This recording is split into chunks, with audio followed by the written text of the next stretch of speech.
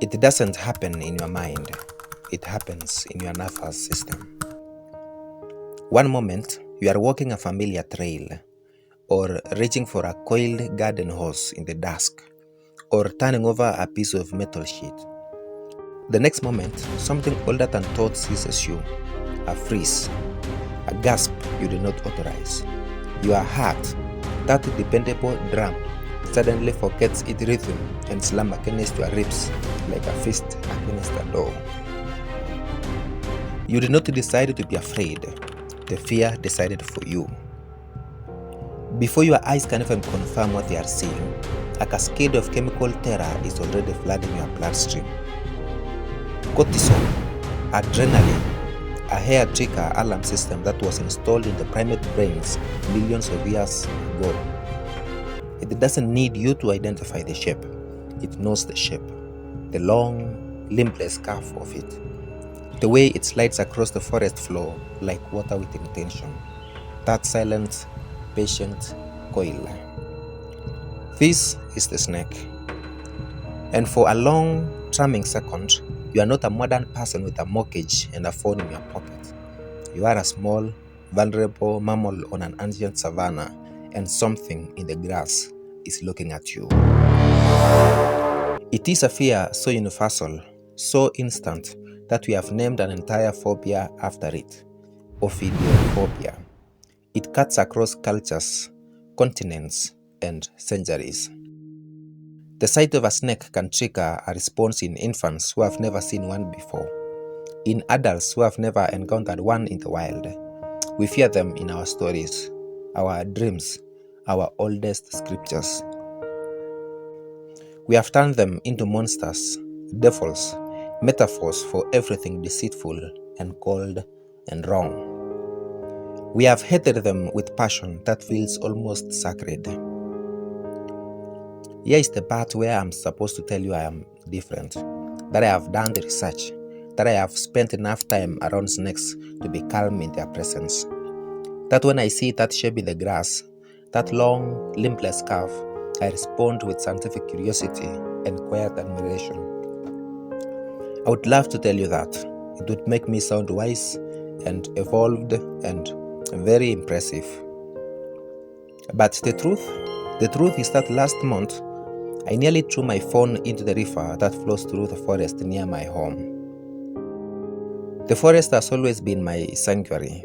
I go there to walk without a destination, to sit on a smooth fallen log and listen to the water shape the stones, to close my eyes and let my thoughts settle the way silt settles after a storm.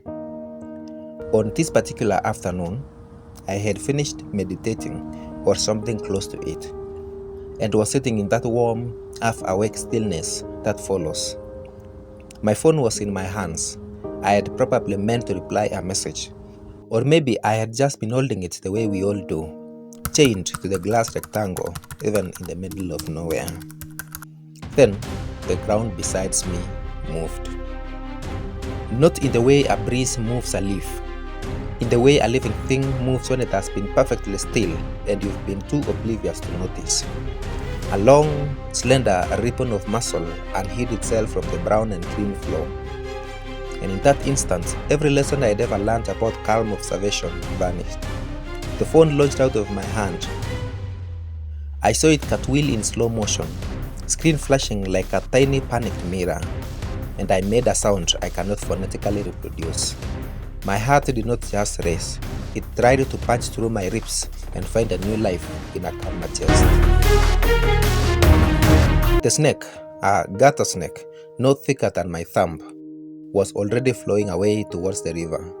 It had probably been sunning itself while I meditated, sharing the same patch of quiet, asking nothing of me. It vanished into the vegetation before my scream finished echoing. I, on the other hand, stood up too fast, felt the adrenaline shake in my knees, and spent a full minute staring at my phone lying in a pile of dry leaves, trying to remember how to be an adult and not a cornered primate. So, believe me when I tell you I understand it. I am not here as an expert who has conquered the fear.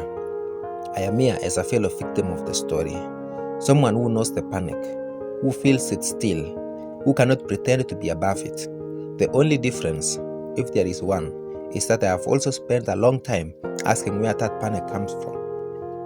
And what I found changed everything. Because what if the monster in the grass isn't a monster at all? What if we are the one who wrote that story?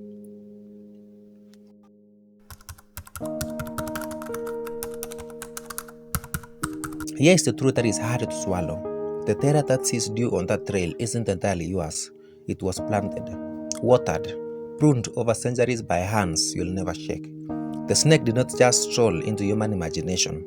It was dragged there, twisted into a shape that serves our stories, our morals, our empires. To understand how the most misunderstood animal on earth earned its reputation, we have to trace back the myths back to its roots, and those roots run shockingly deep.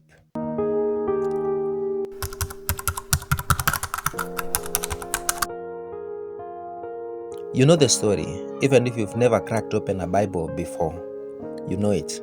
A serpent speaks, a woman listens, a fruit is eaten, and humanity falls, cast to pain, toil, and mortality because of a smooth-talking reptile in a tree.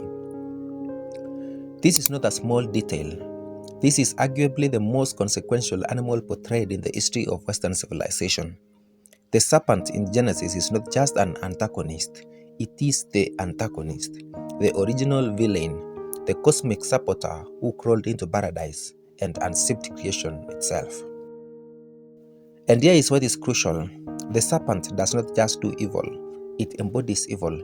It is cast to crawl on its belly. It is told its offspring and the woman's offspring will be eternal enemies. The language of the text does not treat this as one bad individual reptile. It frames the snake as a permanent symbol, a living metaphor for deception and destruction. For 2,000 years, Christian art and literature took the baton and ran. Medieval painters placed serpents on the feet of the Virgin Mary, crushed under heel. Mystery plays depicted Satan as a slithering beast whispering in Eve's ear. The message was broadcast into the culture like a signal that never turned off. The snake is the enemy. That signal shaped a civilization, and when that civilization spread across the globe, it brought its monsters with it.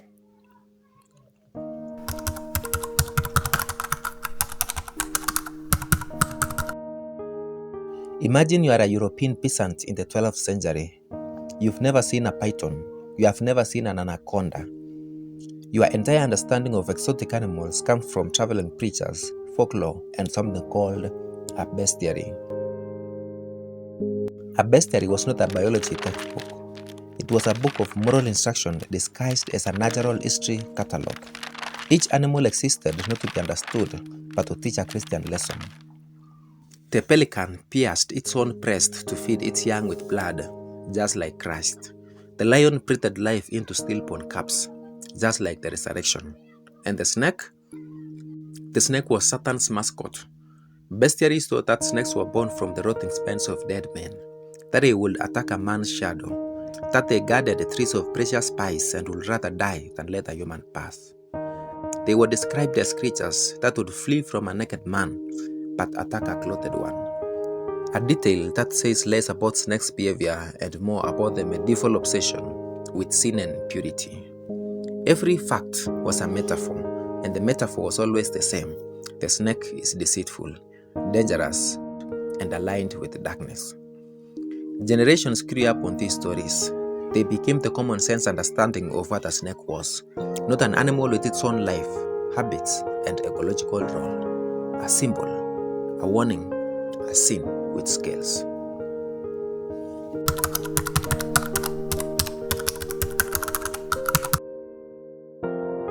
Then came the age of the empire. European explorers pushed into the forests of South America, the river system of Africa, the jungles of Southeast Asia. They encountered snakes that defied their imaginations. Reticulated pythons stretching 20 feet, green anaconda thick as a man's thigh, and they did not write about them with scientific restraints. They wrote about them with the breathless terror of men who felt very small in a very big world. The colonial reportage of the 18th and 19th centuries is littered with accounts of giant serpents that could swallow a horse, crush a canoe, drag a man into the water, and never be seen again. Local knowledge, often nuanced, respectful, even irreverent, was ignored in favor of sensational stories that sold newspapers back home. The snake became a symbol of the untamed land themselves, dark, primitive, waiting to consume the civilized man. And woven through these stories was not so subtle justification. If the jungle was full of man-eating monsters, then the jungle needed to be conquered. The snake was a villain, but it was also a useful villain. It made the colonial project feel like a heroic battle against nature's worst impulses, rather than what it actually was.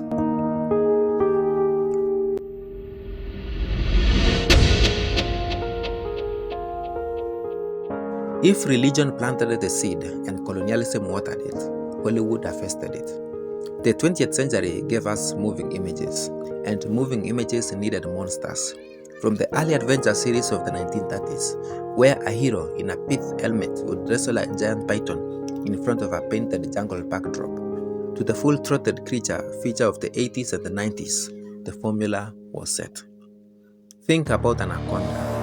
Think about the countless B-movies with titles like Venom, Python, Power vs. Python. In these films, snakes don't behave like animals. They don't hunt for food. They hunt for revenge. They stalk humans with predatory intelligence. They coil around their victims not to eat, but to prolong the terror. The camera lingers on the slow squeeze, the bulging eyes, the scream cut short.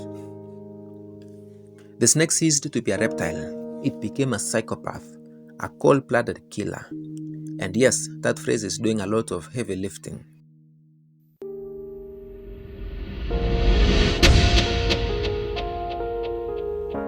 We need to pause on those two words. Scientifically, snakes are ectotherms. They regulate their body temperature using external sources: sunlight, shade, warm rocks, cool burrows. This is a brilliant evolutionary strategy. It allows them to survive on a fraction of the food a mammal of similar size would need. An ectotherm can go weeks, even months, between meals. It is an energy-efficient marvel. But the word for this biological reality isn't ectothermic. In everyday speech, it is cold-blooded. And in human language, cold-blooded means something else entirely. It means cruel, calculating, incapable of warmth or empathy. A cold-blooded killer, a cold-blooded lie. We have taken a neutral metabolic condition and turned it into a moral diagnosis. We have made the snake's very biology a synonym for evil. And it doesn't stop at cold blood. Think about the worst person you've ever known. The friend who carried your secrets to someone else. The colleague who smiled in meetings and then whispered your mistakes to the boss. The charming voice that backbites you the moment you leave the room. In almost every language I know, we call that person a snake. Not a rat, not a whistle, not a vulture, a snake. We have taken a solitary, limbless animal that has never once gossiped, never once betrayed confidence, never once climbed a social ladder, and made it the universal mascot of human deceit. The snake does not scheme. It does not manipulate reputation. It does not even live in the kind of social world where backstabbing would make sense. And yet, we have trapped our own worst behavior over its silent body so thoroughly that when we want to wound another human being, we reach for the name of a reptile. The snake is not the backstabber. We are. And the irony, the deep telling irony, is that we then despise the animal for the very sin we projected onto it. And then there is love, or what we have done to love. A seductive partner who promises devotion and delivers damage, who wraps around your life so softly you never see the signs coming. We use the same word for the shape that slithered through Eden and the person who slipped into our trust and pocket. But snakes don't seduce. They do not whisper sweet things then vanish. They live solitary and performative lives in which loyalty and betrayal are meaningless categories. Yet we keep dropping our romantic wreckage across their quiet bodies, as though the animal itself had something to teach us about heartbreak. The snake isn't the one who left. It is just the shape we gave to a fear we couldn't name any other way.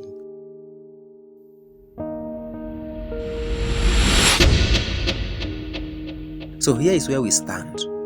The snake in your garden, in your trailside, in your nightmares, it is not just an animal, it is a palimpsest. Layer upon layer of story and symbols and propaganda, written and written over millennia.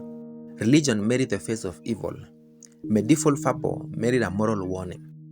Colonial adventure made it a man-eater. Hollywood made it a psychopath. And our own language made its very flesh a synonym for cruelty. No other animal on earth carries this much cultural baggage. Not the wolf, not the shark, not the spider. They have their meat. Only the snake was written into the origin of sin itself. The fear you felt on that trail, it is real, but it is not just yours. It is an inheritance, a story told so loudly and for so long that it bypasses thought entirely and lands directly in your pulse. And the question is, what happens when we finally look past the story? What happens when we meet an animal that is actually there?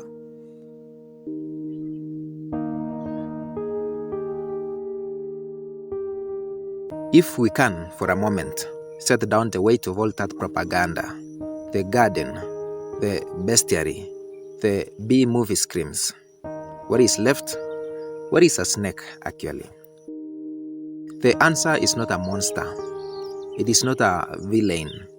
The answer is something far more interesting. A snake is an evolutionary miracle. A creature so precisely tuned to its niche that it can taste the air in 3 dimensions, see heat, and swallow prey larger than its own head, all without malice, all without limbs, and without any interest in being our enemy. Let us turn over the most stubborn myths, one by one, and meet the astonishing reality coiled beneath each one.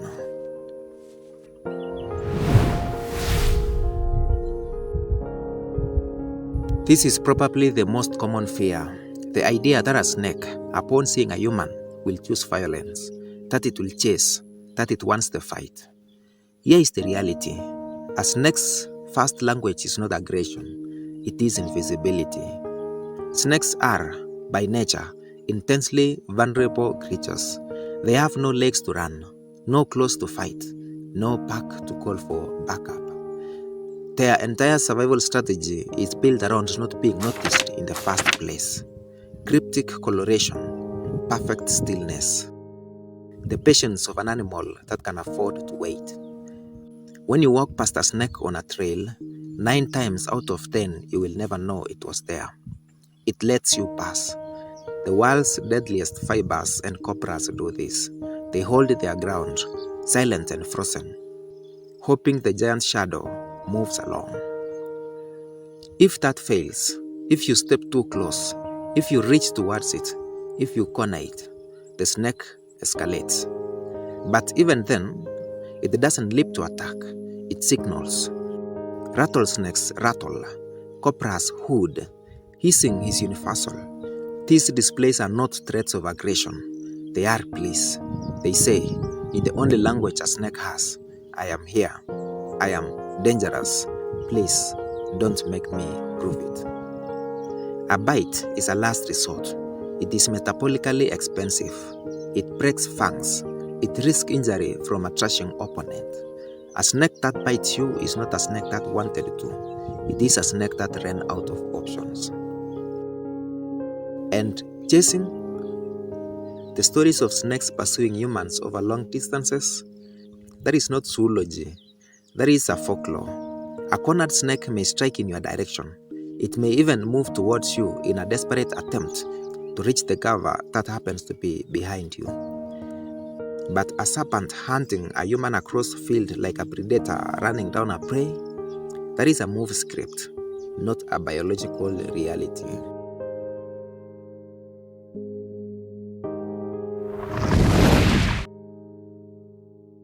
This one is so pervasive, so automatic, that even people who know better can feel it. The instinctive shudder at the thought of touching a snake, the expectation of something cold and wet. Touch a snake and you will receive one of the great sensory surprise of the natural world. A snake is dry, completely, immaculately dry. Its body is covered in scales made of keratin, the exact same protein that forms your fingernails and your hair. Run your hand down a healthy snake's back and what you feel is smooth, cool and clean, like polished leather, like the surface of a river stone that has been in shade all afternoon. Some snakes, like the rough-scale sand boa, have a texture like fine sandpaper. Others, like the rainbow boa, catch the light with an iridescent sheen that shimmers like oil on water. A sunbeam snake's scales refract light into rainbows. There is not a single species on Earth that is naturally slimy. The slime exists only in our imagination, a smear left by centuries of medieval propaganda. And that coolness you feel, that is not cold-blooded in the pejorative sense. That is a snake at rest, conserving energy, running its internal system with an efficiency a mammal can only dream of. It is not a chill of death, it is the temperature of patience.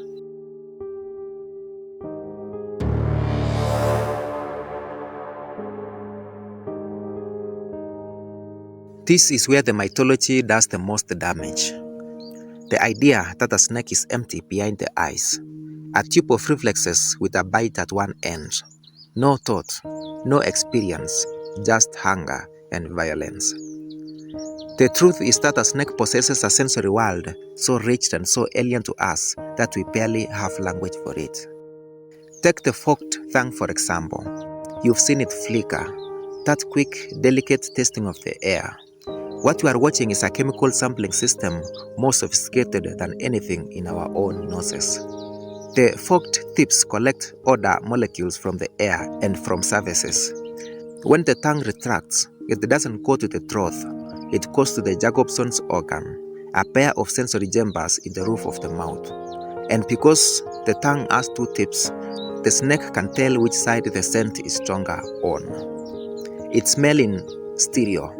It follows scent trails like we follow arrows. Now consider heat. Pit vipers, pythons, and some boas possesses facial pits, small openings between the eyes and the nostril, lined with a membrane so sensitive it can detect a temperature difference of fraction of a degree. On a pitch black night, when you and I are blind, a rattlesnake sees a thermal map of the world. A warm mouse close like a beacon against the cool earth. The snake does not just know where the prey is, it knows where its head is, where its heart is. It strikes with a precision that will require calculation we'd need computers to perform. And it gets stranger. Snakes don't have external ears, and for centuries, people assumed they were deaf. They are not. They hear through their jaw bones. Vibrations travel from the ground into the lower jaw, through a bone called the quadrate, and into the inner ear. A snake's whole body is an ear. It feels the footstep of its prey, the approach of its predator, the rumble of a storm before the first clouds break. It lives in a world of vibration you cannot enter. This is not a simple creature. This is a creature optimized by millions of years of evolution into something exquisite and strange. It may not think like a mammal, but it perceives, it learns, it remembers. A snake that has encountered a threatening human will avoid humans. A snake that knows where the prey gathers will return to that spot.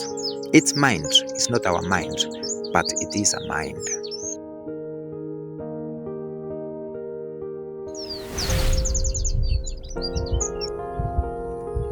This one is half true, which makes it the trickiest kind of myth to dismantle. Yes, snakes swallow their prey whole. Yes, they can consume meals that seems impossibly large. But the mechanism is not what most people think. A snake does not dislocate or unhinge a single joint. Instead, it has a skull that is essentially a kinetic puzzle. The lower jaw is not one solid bone. It is two long bones, left and right, connected at the front by a highly elastic ligament, not a fused chin like ours. Each side of the jaw can move independently, so can the bones of the upper jaw. The snake literally walks its mouth over the prey. Left side grips, right side advances. Right side grips, left side advances. Slowly, patiently, impossibly, the meal disappears. While all this happens, the snake has a problem. It still needs to breathe, and it has a solution for that too.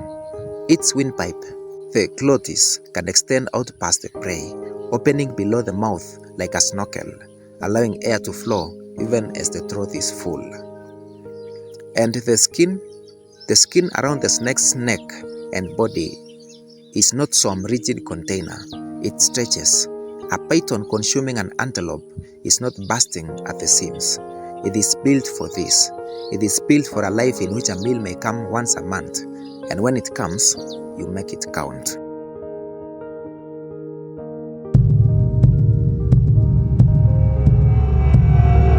Let us sit with this one honestly. Some snakes are venomous. Some are large enough to constrict. A snake bite can be life-altering, even fatal. Nobody should handle a wild venomous snake casually. Fear in the presence of genuine danger is not irrational, it is intelligence. But the scale of the threat has been wildly, almost comically distorted. Globally, somewhere between 80,000 and 140,000 people die of snake bite each year. That is a number worth taking seriously, especially in rural parts of South Asia and Sub-Saharan Africa, where access to antivenom is limited. But set that number against context. Mosquitoes, the deadliest animal on earth, kills over 600,000 people every year through malaria alone. Dogs kill around 25,000, mostly through rabies. Even hippos, those barrel-shaped river tongues, kill roughly 500 people every year. And what about humans? More importantly, the question is not just how many people die, it is why those encounters happen. The vast majority of snake bites occur when a human accidentally steps on, disturbs, or tries to handle or kill a snake. They are defensive. They are responses to a perceived threat. The snake is not coming into villages looking for people to bite. It is coming into villages because we have built villages on its ancestral hunting grounds, and it is following the rats that follow our crops. The snake is not the invader, we are. And the snake that can eat humans?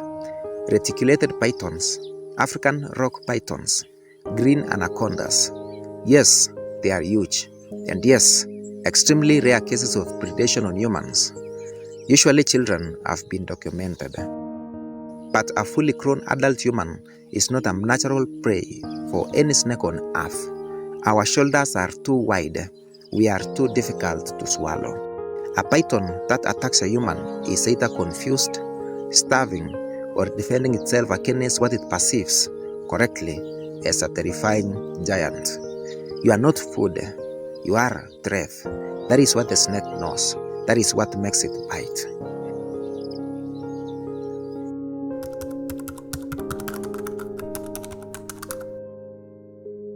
So here is the animal that exists beneath the propaganda. It is a creature of extraordinary sensory richness, navigating a world of chemical gradients and infrared radiation and seismic vibration that we can only describe from outside. It is a creature of patience and conservation, capable of surviving on almost nothing, moving through the world without limbs, climbing, swimming, burrowing, existing in niches from desert to rainforest to open ocean. It is not out to get you. It is not plotting.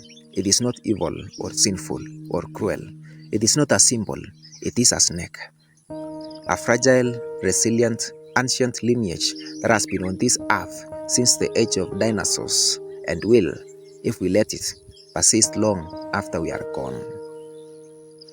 The fact that we took this animal and made it the face of cosmic evil says far more about us than ever it will about the snake.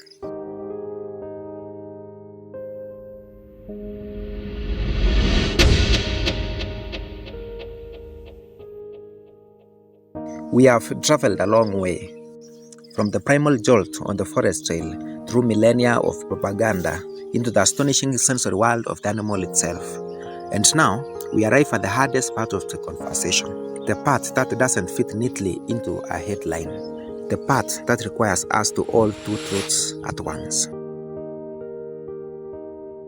So, let us say it plainly. The fear of the snake is not stupid. It is not a moral failing. It is not something to be scoffed at by reptile enthusiasts with their calm ball pythons wrapped around their necks. The fear is real, and in some context, it is entirely rational. A black mamba can kill you, so can a taipan, a crate, a Russell's fiber, a saw-scaled fiber. Their venom is not a metaphor. It is a biochemical weapon of staggering sophistication. Neurotoxins that silence the breath. Hemotoxins that turn blood to sludge. Cytotoxins that dissolve tissue like acid. Evolution did not design this cocktail for us, but evolution made them capable of killing us, and that fact deserves gravity, not dismissal. A reticulated python will not hunt you, but if you surprise it, if you corner it, if you stumble upon a large female guarding her eggs, it can deliver a bite that requires stitches and a coil that you will not escape without help. Its power is not imagined. It is measured in pounds per square inch, in the slow clicks of ribs giving way. There are places in the world, rural clinics in West Africa, rice paddies in Myanmar, sugarcane fields in India, where a snakebite is not a hypothetical. It is an occupational hazard. It is something that keeps farmers awake, that sends children to the hospital, that claims lives. Because anti-venom is a day's journey and the snake was a step away. To live in that reality and be told snakes are just misunderstood must feel like a luxury spoken from a very safe distance. So yes, the fear is justified, the caution is wise, the respect is earned. But there is a difference between respecting a power and demonizing its carrier. The ocean can drown you. That doesn't make the ocean evil. Lightning can strike you. That doesn't make lightning malevolent. A snake can envenomate you. That doesn't make the snake a villain. It makes it a risk. And risks are something we navigate with knowledge, not with terror-driven extermination. The snake, when you strip away the propaganda, is not a monster. It is a specialized solitary animal that inhabits a sensory world and uses its weapon almost exclusively for two purposes: acquiring food and defending its life. It does not seek conflict with a creature 100 times its size. It avoids it. It hides. It freezes. It signals. It bites only when all else fails. And when it bites, it is not committing an act of evil. It is committing an act of self-preservation. The same instinct that will make you shove an attacker, scream at an intruder, and fight when packed into a corner. We are not so different. We are both just trying to get through the day unkilled.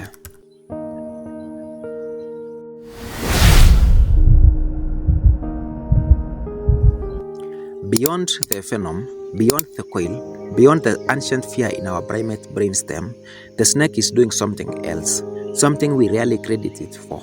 It is quietly, invisibly holding ecosystems together. In every place where snakes are allowed to exist, they perform a function that no pesticide, no trap, no human intervention can replicate as cleanly. They are rodent control, refined by 100 million years of evolution. A single rat snake can consume dozens of rats in a season. A single rattlesnake can suppress tick populations by consuming the small mammals that carry limb disease. When snakes disappear, rodent population explode, crops suffer, diseases spread. The damage ripples outward in ways we don't notice until it is too late. And snakes are not just predators, they are prey. Herons, mongooses, coyotes, king snakes. Many creatures depend on snakes as a food source. Remove the snake, and you don't just lose the snake, you fray the web.